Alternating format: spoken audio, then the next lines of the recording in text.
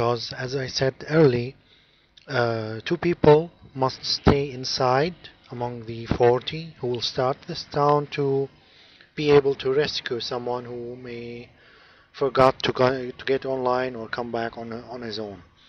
So having those two just for safety to rescue anyone by having 18 action points to get anyone who has escort on back to town to avoid any early death is going to be the key to be able to rank very high by avoiding any early deaths. And so far we have day 1, everything is outside, and here is the final screenshot where everything have been done correctly and everyone is inside.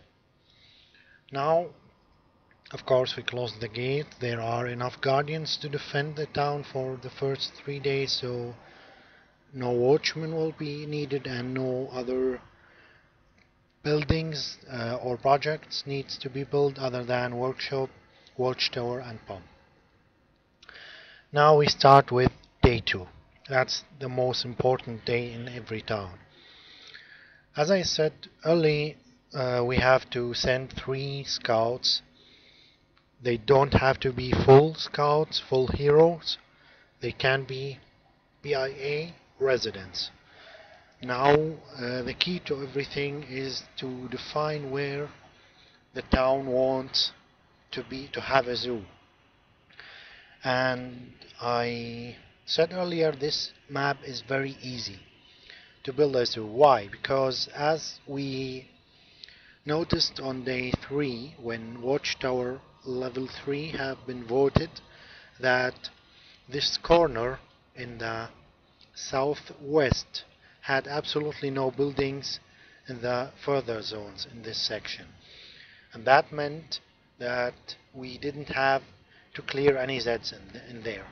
So it was pretty much easy and simple where the zoo should be. The zoo should be southeast, of course, if everything goes as planned. So when setting the scout routes, we have to send all of them in the direction where we don't want the zoo, because we want to kill Zeds everywhere except these small sections southeast.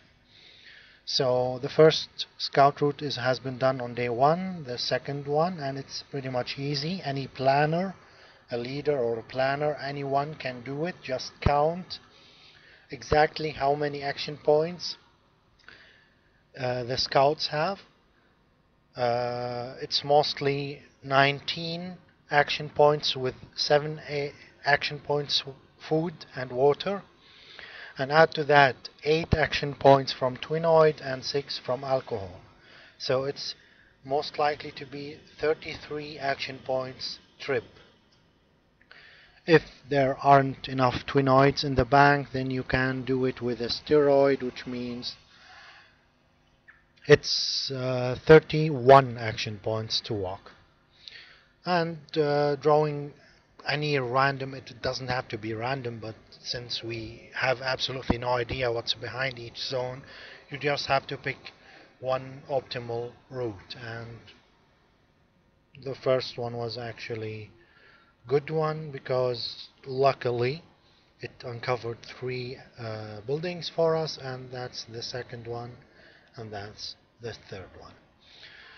When should those routes be done? Those routes must be done immediately after the attack, which means at 11:15 server time. Of course, there must be a thread posted in the forum like few hours before the attack, so the scouts or BIA scouts can prepare themselves to carry all objects and go to their routes. What do they need? They need all boosters, 4 of them, alcohol, Die2nite, food and water, and add to that one flash grenade, and that's in case they run into a building and their camouflage won't work, so they will have to use it to re-hide again and be able to move. If you are a resident scout, it's best to actually carry two flash grenades. If you are a full hero and you have camera flashes, the first one can be counted on, the second and third cannot. So if you are a full scout, one flash grenade will be enough. If you are a resident and you are going on a long route, it's best to take two if you can.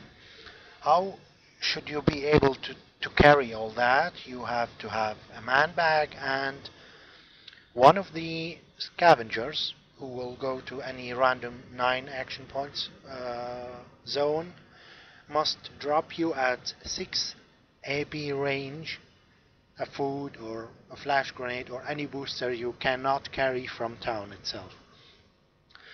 And that's how you carry all that. Of course, if there are man bags, you take one, and if there are trolleys, you take one and add to the items you will have to carry a radio's radar beacon.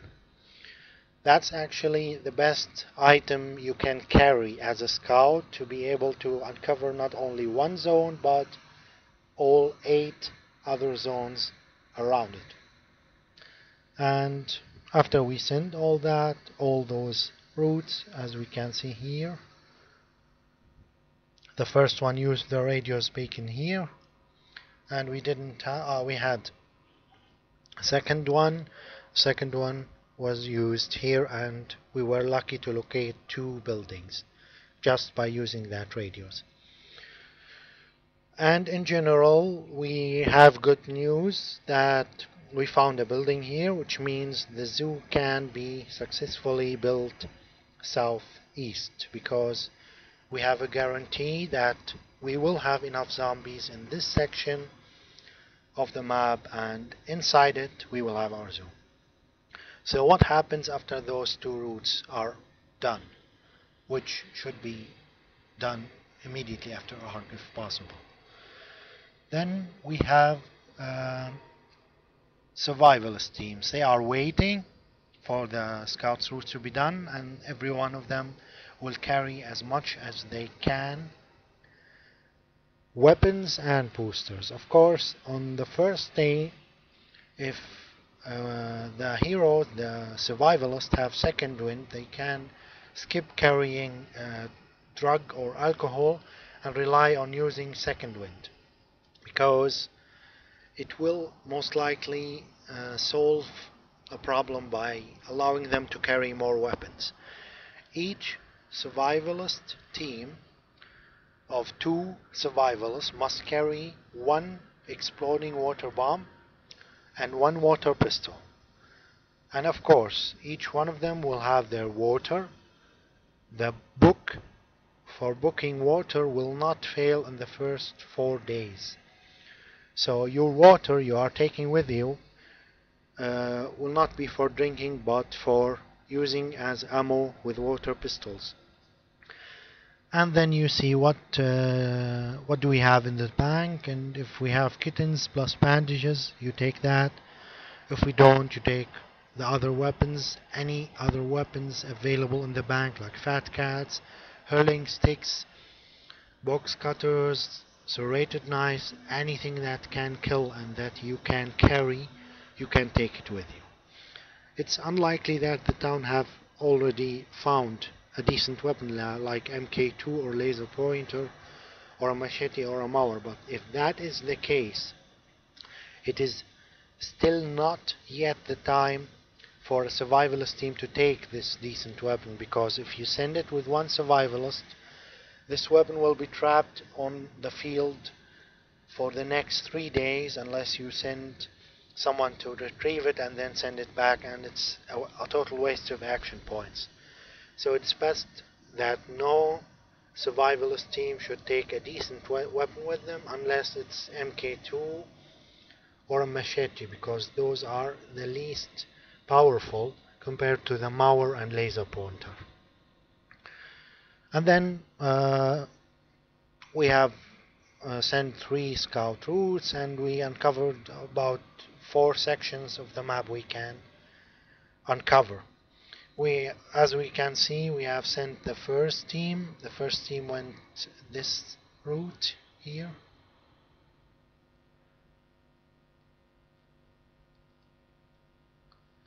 And it's planned they will camp around these 2 buildings. As we see, 2 survivalists went, this one and this one. And they went completely different 2 routes, because we want also to uncover all unexplored zones in the map. Of course, they took enough weapons, and if they had a decent weapon with them, which they didn't, I think, they could kill as many Zeds as they can before they reach the building they will camp. They will always save the exploding water bomb and probably uppercuts or the rest of the weapons they have to clear the building and camp it with optimal chances, and everything else for weapons they have left should be used on this day, day 2, to kill everything around those buildings. Those 2 routes aren't finished yet, and then we send 1 survivalist to go here, because I think we were desperate to find a weapon, and we were hoping this building may uncover something like garden shed, which could give us a mower or something decent. And then we also, I believe, found MK2, I think, and we built it immediately and sent few routes to clear this section completely. And we have here someone who have camped already there. And then we sent that's the first team northwest, the second team 1 survivalist here and 1 survivalist here north, and the last team will go northeast. And of course we will have, if the town started with 8 survivalists, then 2 survivalists should remain in town. They go scavenge all day long, but wait for a decent weapon so they can go on day 3 to join their expeditions. And as always, when you go as a survivalist full of ammo, make sure to have both survivalists in their team. When they split, they don't walk with each other on different routes. Each one of them should have a weapon in case they will get trapped, so nothing will get messed up or nothing will be wasted.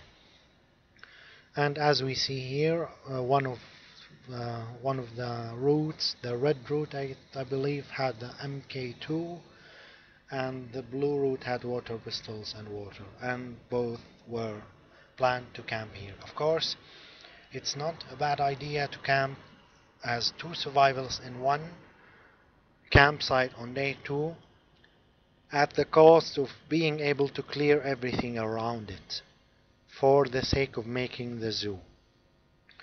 And I believe that is what they have been able to do here. They cleared most of the section here with what they have.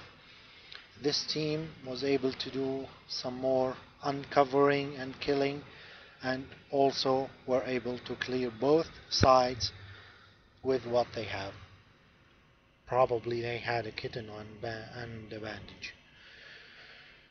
This building has been uncovered. Pretty much everything went to plan on this day, and we are still in the first 1 hour after the attack.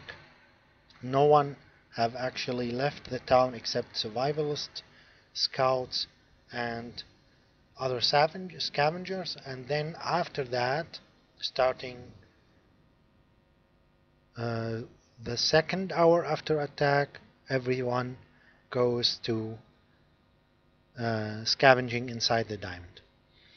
And once you do that right.